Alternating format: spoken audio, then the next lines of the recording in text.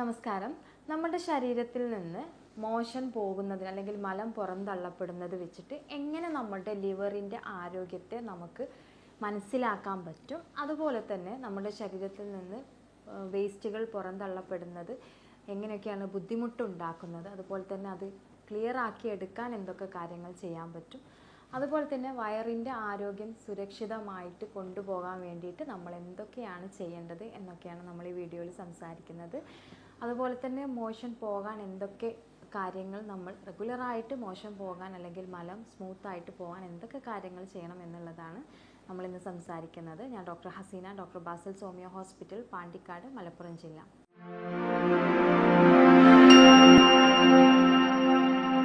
നമ്മളുടെ ശരീരത്തിലെ ദഹന വ്യവസ്ഥയെ ഏറ്റവും കൂടുതൽ സ്വാധീനിക്കുന്ന ഒരു ഓർഗനാണ് നമ്മളുടെ കരൾ എന്ന് പറയുന്നത്. സ്വയം നമുക്ക് ഉയർത്തെഴുന്നേൽക്കാനുള്ളൊരു കപ്പാസിറ്റി കൂടി നമ്മളുടെ കരളിനുണ്ട് എന്നുള്ളതാണ്.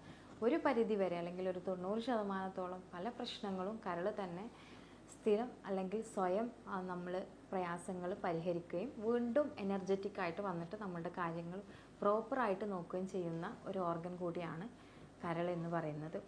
ഈ കരളിൻ്റെ അല്ലെങ്കിൽ ഈ കരളിന് വരുന്ന പ്രവർത്തനങ്ങൾ നമ്മളുടെ ശരീരത്തിൽ നിന്ന് പുറന്തള്ളപ്പെടുന്ന, അത് വിയർപ്പാകട്ടെ, അതല്ലെങ്കിൽ മൂത്രമാകട്ടെ, അല്ലെങ്കിൽ മലം പോകുന്നതിന് ഉള്ള വ്യത്യാസങ്ങളാകട്ടെ, ഇതൊക്കെ തന്നെ ഈ ഒരു കരളിൻ്റെ ആരോഗ്യത്തെ ബാധിക്കും അല്ലെങ്കിൽ ബന്ധപ്പെട്ടിരിക്കുന്നതാണ് നമുക്ക് പറയാൻ പറ്റും. ശരീരത്തിൽ കാണിക്കുന്ന പല കണ്ടീഷൻ അല്ലെങ്കിൽ ആരോഗ്യപരമായിട്ടുള്ള അസുഖങ്ങൾക്ക് എത്രയോ നാളുകൾക്ക് മുന്നോടിയായിട്ട് നമുക്ക് പല രീതിയിലുള്ള സൈൻസ് ആൻഡ് സിംറ്റംസ്, അതായത് ലക്ഷണങ്ങൾ നമ്മുടെ ബോഡി തന്നെ കാണിച്ചു തരും എന്നുള്ളതാണ്. അതിലുള്ളൊരു പ്രധാനപ്പെട്ട കാര്യമാണ്, അതായത് മലത്തിൽ കാണുന്ന വ്യത്യാസങ്ങൾ നമ്മളുടെ കരളിന് എന്തെങ്കിലും പ്രയാസങ്ങളുണ്ട് എന്ന് നമുക്ക് മനസ്സിലാക്കി തരും എന്നുള്ളതാണ്. അപ്പോൾ ഏതൊക്കെ തരത്തിലാണ് നമുക്ക് അല്ലെങ്കിൽ എങ്ങനെയാണ് നമ്മൾ കരളിൽ പ്രശ്നങ്ങളുണ്ട് എന്നുള്ളത് നമുക്ക് മോശം പോകുന്നത് വെച്ചിട്ട് നമുക്ക് മനസ്സിലാക്കാമെന്ന് ചോദിച്ചു കഴിഞ്ഞാൽ, കോമൺലി 3 കാര്യങ്ങൾ അല്ലെങ്കിൽ 3 ലക്ഷണങ്ങളിലൂടെ പോകും, അല്ലെങ്കിൽ 3 സ്വഭാവത്തിലൂടെ നമുക്ക് വേസ്റ്റുകൾ പുറന്തള്ളപ്പെടുന്ന ഒരു സാഹചര്യം ഉണ്ടാകുമ്പോഴാണ് നമ്മളതിനെ നോട്ടീസ് ചെയ്യേണ്ടത്. ഒന്നാമത്തെ കാര്യം എന്ന് വെച്ചാൽ, നമുക്ക് മോശം പോകുന്നത് വെച്ചിട്ട് നമുക്ക് കരളിൻ്റെ അസുഖത്തെ ഐഡൻറ്റിഫൈ ചെയ്യാം. അതായത് നമുക്ക് കറക്റ്റായിട്ട് മോശം പോകുന്നത് ഒരു പെയിൽ അല്ലെങ്കിൽ ഒരു ക്ലേ കളറിലൊക്കെയാണ് നമ്മൾ ഐഡൻറ്റിഫൈ ചെയ്യുന്നത് എന്നുണ്ടെങ്കിൽ, അല്ലെങ്കിൽ അങ്ങനെയാണ് നമുക്ക് പോകുന്നത് എന്നുണ്ടെങ്കിൽ, തീർച്ചയായിട്ടും നമുക്ക് എന്തോ കരളിന് പ്രയാസം പറ്റിയിട്ടുണ്ടെന്ന് മനസ്സിലാക്കാൻ പറ്റും. അതൊരു പക്ഷേ ബൈൽ സാൾട്ട് അല്ലെങ്കിൽ പിത്തരസം കരളിൽ പിത്തരസം ഉൽപ്പാദിപ്പിക്കപ്പെടാറുണ്ട്. അത് നമുക്ക് ഉൽപ്പാദിപ്പിക്കപ്പെടുന്നില്ല എന്നും, ഇനി എങ്ങാനും ഉൽപ്പാദിപ്പിച്ചാൽ തന്നെ അതിൻ്റെ ഫ്ലോ അല്ലെങ്കിൽ അതിൻ്റെ പോകുന്ന പാതയെ എന്തെങ്കിലും തടസ്സപ്പെടുത്തി എന്നുള്ളത് നമുക്ക് മനസ്സിലാക്കണം എന്നുള്ളതാണ്. രണ്ടാമത്തത്, കുറച്ച് അധികമായിട്ട് തന്നെ dark colour means yellow dark കളറായിട്ട് വരുന്നുണ്ടെങ്കിൽ തീർച്ചയായിട്ടും പിത്തരസം അമിതമായിട്ട് പോകുന്നുണ്ടെന്ന് മനസ്സിലാക്കാം. മൂന്നാമത്തതായിട്ടും അതുപോലെ തന്നെ നമ്മൾ വളരെ ഇമ്പോർട്ടൻ്റ് ആയിട്ട് ശ്രദ്ധിക്കേണ്ട ഒരു കാര്യമാണ്, നമുക്ക് കൂടുതൽ ഡാർക്ക് കളറിൽ മോഷൻ പോവുക എന്നുള്ളത്. ഇതാണ് കുറച്ചും കൂടെ നമ്മൾ ഇമ്പോർട്ടൻ്റ് ആയിട്ടും വളരെ പ്രധാനമായിട്ടും നോട്ട് ചെയ്യേണ്ട ഒരു കാര്യം. നമ്മുടെ കരളിന് എന്തൊക്കെ കംപ്ലയിൻസുകൾ വരുമ്പോഴാണ് നമ്മൾ അറിഞ്ഞു പോകുന്നത്, അല്ലെങ്കിൽ നമുക്കറിയാതെ എന്തൊക്കെ കംപ്ലയിൻസ് ഉള്ളിലുണ്ടാവും, ഇതെങ്ങനെ ഐഡൻറ്റിഫൈ ചെയ്യാൻ പറ്റും എന്നുള്ളത് നമുക്ക് നോക്കാം. കരളിന് പ്രധാനമായിട്ടും വരുന്നൊരു അസുഖമാണ് ഹെപ്പറ്റൈറ്റിസ് എന്ന് പറയുന്നത്. അതിന് നമ്മൾ hepatitis A, B, C, D, E വരെ എന്നൊക്കെ പറയാറുണ്ട്. അതിൽ ബിയും സിയും നമുക്ക് സംക്രമണമായിട്ട് ബന്ധപ്പെട്ട് സ്പ്രെഡ് ആവുന്നതാണ്. ബാക്കിയൊക്കെ മലിനജലത്തിലും അതുപോലെ തന്നെ മറ്റ് ഇപ്പോൾ ഒരാൾക്കുണ്ടെങ്കിൽ മറ്റൊരാൾക്ക് സ്പ്രെഡ് ആവുന്ന രീതിയിൽ ഇൻഫെക്ഷൻ വരുന്നതാണ്. രണ്ടാമത്തത്, ഇത് വളരെ ബുദ്ധിമുട്ടുണ്ടാക്കുന്ന ഒരു കാര്യമാണ്, നമുക്ക് ശ്രദ്ധയും കൃത്യമായിട്ടുള്ളൊരു ട്രീറ്റ്മെൻറ്റും കിട്ടിയിട്ടില്ല എന്നുണ്ടെങ്കിൽ മരണം വരെ സംഭവിക്കുന്ന കാര്യമാണ്. രണ്ടാമതാണ് ഫാറ്റി ലിവർ ഇപ്പോൾ കോമൺ ആണ്. അതായത് നോൺ ആൽക്കഹോളിക് ആണെങ്കിലും ആൽക്കഹോളിക് ആണെങ്കിലും, അതായത് നമ്മൾ മദ്യപാനി ഉള്ള ആളുകൾക്കാണെങ്കിലും ഇല്ലാത്ത ആളുകൾക്കാണെങ്കിലും ഇന്ന് കോമൺ ആയിട്ട് തന്നെ, അതായത് 90% OP വരുന്ന കേസുകളിലൊക്കെ തന്നെ ഫാറ്റി ലിവർ ഉണ്ട് എന്നുള്ളതാണ്, നോൺ ആൽക്കഹോളിക്. അപ്പോൾ ആ ഒരു കണ്ടീഷനിലും നമുക്കിങ്ങനെ വരാം. മൂന്നാമത്തത്, നമുക്ക് മറ്റെന്തെങ്കിലും പ്രയാസങ്ങൾ, അതല്ലെങ്കിൽ സിറോസിസ് പോലെയുള്ള ബുദ്ധിമുട്ടുകൾ വരിക. അത് ഏറ്റവും എൻഡ് പോർഷനിലാണ്, നമുക്ക് ഗ്രേഡ് 3ഉം 4ഒക്കെ കഴിഞ്ഞിട്ട് 5th വരുന്നൊരു സന്ദർഭത്തിലാണ് നമ്മൾ കരളിൻ്റെ പ്രവർത്തനം പൂർണ്ണമായിട്ട് നിലക്കുക എന്നുള്ളത്. നാലാമത്തത് അല്ലെങ്കിൽ അഞ്ചാമത്തതായിട്ട് തന്നെ ക്യാൻസർ വരിക നമ്മുടെ കരളിന്. ഇത്തരം പ്രയാസങ്ങളുണ്ടെങ്കിലും നമുക്ക് ഇങ്ങനെ ഇതിൻ്റെയൊക്കെ സിംറ്റംസ് അല്ലെങ്കിൽ ലക്ഷണങ്ങൾ നമ്മുടെ ശരീരത്തിൽ കാണാൻ പറ്റും. പ്രധാനമായിട്ട് ഇത്തരം കണ്ടീഷനാണ് പൊതുവെ നമുക്ക് കാണാറുള്ളത്. ഇത്തരം കണ്ടീഷൻസ് ഉണ്ട് എന്നുണ്ടെങ്കിൽ തീർച്ചയായിട്ടും നമ്മളുടെ ശരീരത്തിൽ മൂത്രത്തിലോ അതല്ലെങ്കിൽ നമുക്ക് മലത്തിലോ ഇതിൻ്റെ സാന്നിധ്യങ്ങൾ പ്രസൻ്റ് ആവും എന്നുള്ളത് തന്നെയാണ്. ഇതിൽ ഫാറ്റി ലിവറൊക്കെ നമുക്ക് അധികമായിട്ട് തന്നെ കൊഴുപ്പ് കൺട്രോൾ ചെയ്യുന്നതിലൂടെ തന്നെ ഒരു പരിധിവരെ നമുക്ക് മാറ്റിയെടുക്കാൻ പറ്റും.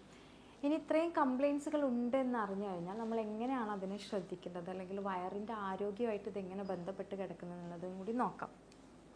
അപ്പോൾ നമ്മൾ ആദ്യം പറഞ്ഞ പോലെ തന്നെ ഒരു 90% നമുക്ക്, അല്ലെങ്കിൽ 99% നമ്മുടെ കരൾ തന്നെ നമുക്ക് എന്തെങ്കിലും പ്രയാസങ്ങൾ വന്നു കഴിഞ്ഞാൽ അത് മാനേജ് ചെയ്തിട്ട് റിക്കറൻ്റായിട്ട് പിന്നെ അത് റീപ്ലേസ് ചെയ്തിട്ട് വരും. ഒരു പരിധിയിലപ്പുറം അതിന് മാനേജ് ചെയ്യാൻ പറ്റാത്തൊരു സിറ്റുവേഷനിൽ വരുമ്പോഴാണ് നമുക്ക് അതിൻ്റെ പ്രോബ്ലംസ് ആയിട്ട് പുറത്തോട്ട് വരുന്നത്. അത്തരം പ്രയാസങ്ങളുള്ള ആളുകൾ വളരെ ബുദ്ധിമുട്ടുന്ന ഒരു കാര്യങ്ങളാണ്. ഒന്ന് ദഹനക്കുറവ്, അതല്ലെങ്കിൽ ഛർദ്ദിക്കാൻ വരിക, ഓക്കാൻ, തലവേദന, കണ്ണുകളിൽ മഞ്ഞ കളർ അനുഭവിക്കുക. അതുപോലെ തന്നെ പ്രത്യേകിച്ച് ഹെപ്പറ്റൈറ്റിസിൻ്റെ ഇതിലൊക്കെ ആണ് കൂടുതലായിട്ട് ഈ സിംറ്റംസ് കാണുക. മൂത്രത്തിൽ മഞ്ഞ കളർ ഉണ്ടാവുക. അതുപോലെ തന്നെ സിവിയർ കണ്ടീഷൻ ആകുന്നതിനനുസരിച്ച് ശരീരത്തിൽ ചൊറിച്ചിൽ വന്നു തുടങ്ങും. മോശം പോകുമ്പോൾ ഞാൻ ഈ പറഞ്ഞ 3 തരത്തിലുള്ള ഏതെങ്കിലും ഒരു തരത്തിലായിരിക്കും. അതിൽ ഏറ്റവും ഫസ്റ്റും സെക്കൻഡിലാവാനാണ് സാധ്യത. പിന്നീട് നമുക്ക് നമ്മുടെ കണ്ണുകളിലും അതുപോലെ തന്നെ ഫേസിൽ, നമ്മളുടെ നെയിലിൽ വ്യത്യാസം, നഖത്തിലൊക്കെ നമുക്ക് നോക്കിയിട്ട് കരളിൻ്റെ ആരോഗ്യം തിട്ടപ്പെടുത്താൻ കഴിയും. നോർമലി ഉണ്ടാകുന്ന പിങ്കിഷ് ആൻഡ് വൈറ്റ് കളർ മാറിയിട്ട് മറ്റെന്തെങ്കിലും യെല്ലോ കളർ സ്പോട്ട് ലൈൻ എന്തെങ്കിലും ഉണ്ടെന്നുണ്ടെങ്കിൽ തീർച്ചയായിട്ടും നിങ്ങൾ കരളിൻ്റെ ആരോഗ്യം കൃത്യമായിട്ട് ചെക്ക് ചെയ്യുക എന്നുള്ളത് തന്നെയാണ്. ഇത്രയും കംപ്ലയിൻസുകൾ പറഞ്ഞത് നമ്മൾ നോർമലി കാണുന്ന ഒരാൾക്കാണെന്നുണ്ടെങ്കിൽ കുറച്ചും കൂടി പ്രയാസങ്ങൾ കൂടി വരികയാണെങ്കിൽ തീർച്ചയായിട്ടും നമ്മുടെ ശരീരത്തിലും അതുപോലെ തന്നെ വയറിനകത്തൊക്കെ നീര് വന്ന് നിൽക്കുന്ന ഒരു കണ്ടീഷൻ കാണാം. ഇത്രയും കണ്ടീഷനൊക്കെ ഉണ്ടെങ്കിൽ എന്തായാലും അതിൻ്റെ മുന്നോടിയായിട്ട് നമുക്ക് എന്തായാലും കുറച്ച് പ്രയാസങ്ങൾ വരുമ്പോൾ തന്നെ നമ്മൾ ഫർദറായിട്ടുള്ള ബ്ലഡ് ടെസ്റ്റുകൾ അല്ലെങ്കിൽ സ്കാനിങ്ങുകളൊക്കെ ചെയ്യും എന്നുള്ളത് തന്നെയാണ്. ഇത്തരം പ്രയാസങ്ങൾ ഉണ്ടെങ്കിൽ അത് നമ്മളുടെ മോഷനെ അല്ലെങ്കിൽ എങ്ങനെ ബാധിക്കും എന്നുള്ളതാണ് നമ്മൾ മേലെ പറഞ്ഞിട്ടുള്ളത്. പിന്നെ വയറ് ക്ലിയർ ആയിട്ട് പോകാൻ വേണ്ടിയിട്ട് നമുക്ക് എന്തൊക്കെ ചെയ്യാൻ പറ്റും, അല്ലെങ്കിൽ കരളിൻ്റെ ആരോഗ്യം സംരക്ഷിക്കാൻ വേണ്ടിയിട്ട് എന്തൊക്കെ ചെയ്യാൻ പറ്റും എന്നുള്ളതാണ് പ്രധാനമായിട്ടും നിങ്ങൾ ശ്രദ്ധിക്കേണ്ടത്. നമുക്ക് എന്താണ് കരളിൻ്റെ പ്രശ്നങ്ങൾ നമ്മൾ അറിഞ്ഞു കഴിഞ്ഞാൽ നമ്മൾ അതിന് വേണ്ടിയിട്ടുള്ള കാര്യങ്ങൾ കൃത്യമായിട്ട് ചെയ്യും. അതായത് ഇപ്പോൾ ഫാറ്റി ലിവർ ആൽക്കഹോളിക് ആയിക്കോട്ടെ നോൺ ആൽക്കഹോളിക് ആയിക്കോട്ടെ എന്ത് തന്നെ ആയാലും കറക്റ്റായിട്ട് നമ്മൾ കൊഴുപ്പ് ഭക്ഷണങ്ങൾ ഒഴിവാക്കുക എന്നുള്ളതാണ്. പ്രത്യേകിച്ച് carbohydrate, sugar, bakery items, oily ഫുഡുകൾ, അമിതമായിട്ടുള്ള ഭക്ഷണ രീതി നമ്മൾ പാടെ ഒഴിവാക്കുക. എണ്ണയിൽ വറുത്തതും പൊരിച്ചതുമായിട്ടുള്ള ഭക്ഷണങ്ങൾ പരമാവധി മാക്സിമം തന്നെ കുറക്കാൻ ശ്രമിക്കുക. പഞ്ചസാര, ബേക്കറി ഐറ്റംസ് കറക്റ്റായിട്ടും ലൈഫിൽ നിന്ന് ഒഴിവാക്കുക. തീർച്ചയായിട്ടും 100% ഒഴിവാക്കുന്നതായിരിക്കും കുറച്ചും കൂടെ ബെറ്റർ. പിന്നെ അതുപോലെ തന്നെ നമുക്ക് അരിഭക്ഷണത്തിൻ്റെ കണ്ടൻറ്റ് വളരെ രീതിയിൽ കുറച്ചിട്ട് വരിക, അത്യാവശ്യം മാത്രം കഴിക്കുക എന്നുള്ള രീതിയിലോട്ടാക്കിയിട്ട് വരിക. അതുപോലെ തന്നെ കോള ഐറ്റംസ്, പുകവലി, മദ്യപാനം ഇതെല്ലാം തന്നെ ഒഴിവാക്കുക. സ്ട്രെസ്സ് കുറയ്ക്കുക, നല്ല രീതിയിൽ ഉറങ്ങുക. 8 മണിക്കൂറെങ്കിലും ഉറങ്ങുന്നത് വളരെ നല്ലതാണ്. പിന്നെ അതുപോലെ തന്നെ നമുക്ക് ചില ഡൈജഷൻ പ്രോസസ്സുകൾ ഹെൽത്തി ആക്കാൻ പറ്റുന്ന രീതിയിലുള്ള കാര്യങ്ങൾ ചെയ്യാവുന്നതാണ്. നമുക്ക് വയറ് ക്ലീൻ ചെയ്യാന്നുള്ള പ്രോസസ്സ് മാത്രം നമ്മൾ ജസ്റ്റ് അയമോദകം പോലെയുള്ളത് അല്ലെങ്കിൽ കരിഞ്ജീരകം പോലെയുള്ള വെള്ളം നമുക്ക് വെട്ടിത്തിളപ്പിച്ചിട്ട് ഒരു ഗ്ലാസ് വെള്ളത്തിൽ വെട്ടിത്തിളപ്പിച്ചിട്ട് കുടിക്കുന്നതാണ്. അതായത് നമ്മളിപ്പോൾ ഡെയിലി ഇത്തരം അസ്വസ്ഥതകളോ കാര്യങ്ങളോ ഉണ്ട്, കൊഴുപ്പുകൾ കുറക്കണം എന്നുണ്ടെങ്കിൽ നമുക്ക് ചെയ്യാൻ പറ്റുന്ന കുറച്ച് കാര്യങ്ങളാണ്. ഒരു അരയോ അല്ലെങ്കിൽ 1/4 സ്പൂണിൻ്റെ അടുത്ത് ചെറിയ ജീരകം നന്നായിട്ട് വാഷ് ഔട്ട് ചെയ്തിട്ട് ഒരു ഗ്ലാസ് വെള്ളത്തിൽ നന്നായിട്ട് വെട്ടിത്തിളപ്പിക്കുക. എന്നിട്ട് അതൊരു 1/2 ഗ്ലാസ് ആക്കിയിട്ട് കുറുക്കിയിട്ട് ഒരാഴ്ചയിൽ ഒരു 4 ദിവസം കുടിക്കുന്നത് നല്ലതാണ്. വെറും വയറ്റിൽ കുടിച്ചാൽ നല്ലത്, ഇല്ലെങ്കിൽ രാത്രി തലേദിവസം ഭക്ഷണം കഴിച്ചതിന് ശേഷം കുടിക്കുന്നത് നല്ലതാണ്. ഇനി അതുപോലെ തന്നെ നമുക്ക് ചെയ്യാൻ പറ്റുന്നതാണ് കൊഴുപ്പ് കുറക്കാൻ വേണ്ടിയിട്ട് ഒരു ചെറിയ പീസ് ഇഞ്ചി, അതുപോലെ തന്നെ ലെമൺ ജ്യൂസ്, ഇതിലോട്ട് ഒരു 1-2 അല്ലി പുതിന ഇതുപോലെ മിക്സ് ചെയ്തിട്ട് നമുക്ക് ഒരു ഗ്ലാസ് വെള്ളത്തിൽ നല്ലപോലെ വെട്ടിത്തിളപ്പിച്ചിട്ട് 1/2 ഗ്ലാസ് ആക്കിയിട്ട് നൈറ്റ് ഭക്ഷണത്തിന് ശേഷം കുടിക്കുന്നത് നല്ലതാണ്. ഇതും ആൾട്ടർനേറ്റ് ചെയ്തിട്ട് കുടിക്കാം. അതുപോലെ തന്നെ ഒരു ചെറിയ പീസ് കറുകപ്പട്ട ഇട്ട് വെള്ളം തിളപ്പിച്ചിട്ട് അത് ഇതുപോലെ തന്നെ ഒരു ഗ്ലാസ് വെള്ളത്തിൽ വെട്ടിത്തിളപ്പിച്ചിട്ട് 1/2 ഗ്ലാസ് ആക്കിയിട്ട് നമുക്ക് കുറുക്കിയിട്ട് നൈറ്റ് കഴിക്കാവുന്നതാണ്. ഇതൊക്കെ തന്നെ ഒരു പരിധി വരെ നമ്മുടെ ശരീരത്തിൽ ഉണ്ടാകുന്ന അൺവാണ്ടഡ് കൊഴുപ്പുകളെ പുറന്തള്ളാൻ നമ്മളെ സഹായിക്കും. അതോടൊപ്പം കൃത്യമായിട്ട് 2-2.5 ലിറ്റർ വെള്ളം ഡെയിലി കുടിക്കുന്നത് നല്ലതാണ്. ഇത്രയും കാര്യങ്ങൾ കൃത്യമായിട്ട് തന്നെ ശരീരത്തിൽ ശ്രദ്ധിക്കുക എന്നുള്ളതാണ്. ഇനി ഇതെങ്ങനെ നമുക്ക് ഐഡൻറ്റിഫൈ ചെയ്യാം? ഇത്തിരി പ്രയാസങ്ങൾ ഉണ്ടെന്ന് അറിഞ്ഞു കഴിഞ്ഞാൽ നമുക്ക് അതെങ്ങനെ ഐഡൻറ്റിഫൈ ചെയ്യാമെന്ന് ചോദിച്ചു കഴിഞ്ഞാൽ, നമുക്ക് ആദ്യ ഘട്ടത്തിൽ ഒരു ലിവർ ഫങ്ഷൻ ടെസ്റ്റ് നടത്തി നോക്കാം.